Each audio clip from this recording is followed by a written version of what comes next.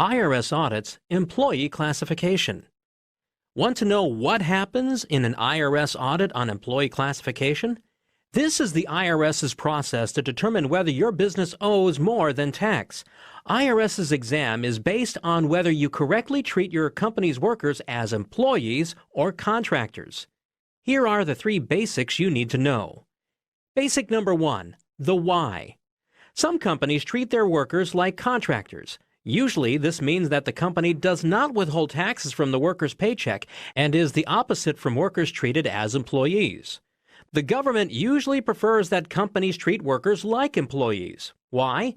It's because if taxes are withheld and paid to government by the company instead of the worker, the job of tax collection becomes much easier for the IRS or state, and unfortunately extremely expensive for the business owner.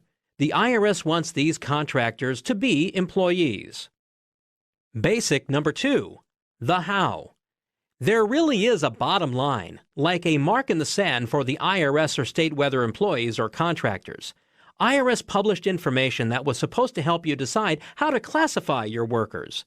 Remember, the IRS or state wants to learn who controls the relationship. Yes, that's a lot to think about.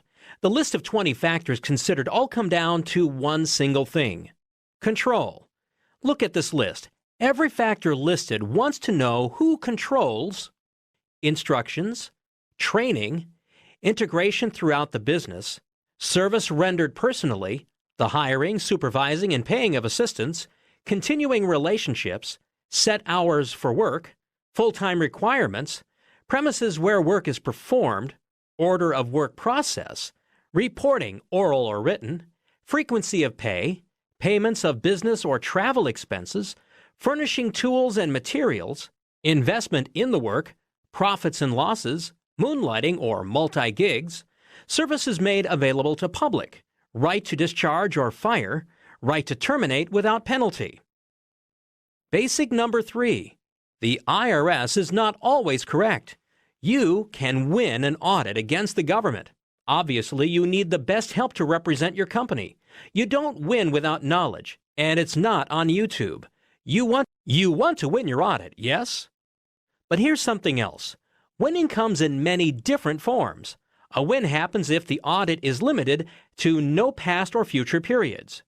You definitely win if you avoid the very costly IRS penalties. You get the big win if there's no audit change. That's a lot to think about. But if you receive an IRS audit notice, give us a call. We know the IRS rules, and we know how to win for you. You want to win your audit, yes?